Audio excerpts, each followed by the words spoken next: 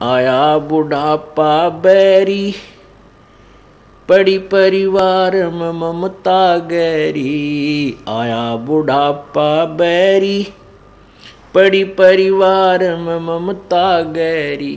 पोता ब्यालो या मन में रहरी, हेली करवा जो खड़ी, रहेली करवा जो खड़ी। हेर नर दोख दोख लुट गया आगी अंत घड़ी। बुढ़ापे में क्या सोचा है बुजुर्ग? देखो पोता पोती हुए पाछे बच्चे सारा कमांड संभाल लेते हैं और उसके पास कुछ नहीं रहता, केवल आशाएं इच्छाएं रह जाती हैं। तो क्या सोचता हो बूढ़ा कि भगवान पोता ब्याह लो, ये पोता मेरा ब्याह आ जाए मेरी आंखों के सामने, बस आनंद काया हो जाए और एक हवेली बना दूं। वर्तमान के शब्दों में कोठी, एक कोठी और बना दूं और उस बुढ़े की कोई सुने नहीं, ना बालक माने ना पोते सुने, पर उसकी अपनी वह सेक चिल्ली वाली कामना खत्म नहीं होती। तो जिसके पास भक्ति नहीं है, भगवान का नाम नहीं है, उसका बुढ़ापा उसके लिए दुश्मन, और जिसके पास भक्ति है उसके लिए उसका बुढ़ापा मित्र बन जाएगा। क्योंकि बच्चों को सलाह बड़े बुजुर्ग तब तक देते हैं जब तक वो खुद सोचन समझन योग्य नहीं होते। और ये भी हमें भगवान के तत्व ज्ञान से ये भी हमें पता चल जाता है कि इस बच्चे के भाग्य में जो है वही मिलेगा। ना तेरे चीचू करण तक वो कंपत्ति होगा और ना ही किसी और तरीके से। हाँ, तरीका एक है कि ये बच्चा तेरे वाला यदि भगवान से जुड़ जावे तो परमात्मा फिर इसकी आपत्तियों को हल्का करने लग जाएगा।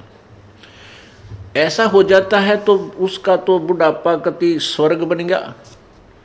ऐसा नहीं भी होता है, बच्चे नहीं भी मानते हैं, तो इस ज्ञान को आधार बना ले। अपनी भक्ति में बाधा नहीं आने दे। बच्चे युवा हो जाते हैं और बाल बच्चेदार हो जाते हैं तो वो बालक नहीं रहते, वो बहुत सोच समझ के कदम उठाते हैं। लेकिन बुजुर्ग ने सोचा है बूढ़ा कि ये नाश करेगा, बस ये यहाँ काम बिगाड़ेगा, मेरी मानता नहीं। अपने समय में जैसे बचपन था हमारे, जब उस समय कुछ और माहौल था, और तरह की व्यवसाय था। अब इस उम्र में हम 68-60 साल के हो गए, 58 वर्ष के, अब कितना परिवर्तन हो गया। अब हम बच्चों को उस अपने पुराने हिसाब से सेट करा तो कैसे होंगे? हमारी सोच तो 50 वर्ष पुरानी है। तो इस दृष्टिकोण से आधी लड़ाई हम आप बना ले बुढ़ले। तो इनको चाहिए जिनको नाम ले लिया, अग बेटा भगवान ने याद रखो और नेक नीति तक काम करो, परमात्मा बरकत जरूर देता है आपके किए कर्म का। और कोई हानि भी होती है तो ज़्यादा होनी हो वह कम में टलेगी, ये नियम है ईश्वर का, और नहीं तो हानि नहीं होगी। तो इस तरह विचार करके अपनी भक्ति करता रहे। बच्चे कोई सलाह मांगे तो जिसी बुद्धि काम करे दे दे, बेटा मेरी तो इतनी बुद्धि काम करे है, और आप बुद्धिमान हो और भी किसी आपके साथी सहयोगी से सलाह करके इस काम को कर लीजिए। होना है फिर परमात्मा के अधीन, क्योंकि हम उस मालिक के कंट्रोल में हो गए। अब हमें आउट ऑफ लाइन नहीं जाने देगा परमात्मा। जब हम उसकी शरण में हैं, उसके उपदेश ले लिया है, उसके नियमों का पालन कर रहे हैं, तो वो परमेश्वर हमें बिल्कुल ठीक लाइन पर चलाएगा, बाहर नहीं जाने देगा।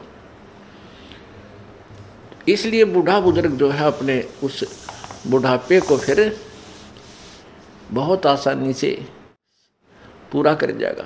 नहीं तो ये शत्रु है। आया बुढ़ापा बैरी, जितना वृद्ध होता जाएगा, क्योंकि 2 बेटे 2 बेटी, फिर उनका 2-2 3-3 संतान है। अब पोते के गड़बड़ होगी तो बूढ़ा दुखी, पोती का होगी तो बूढ़ा दुखी, बेटी का होगी तो बुजुर्ग बुढ़िया दुखी हैं। तो कितनी कहाँ तक की आपत्तियाँ आने के लिए रास्ते खुल गए।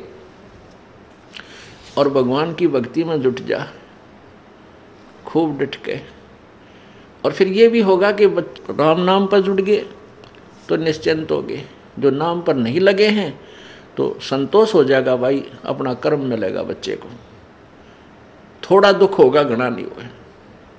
तो इस प्रकार हम अपने इस जीवन को सफल करेंगे।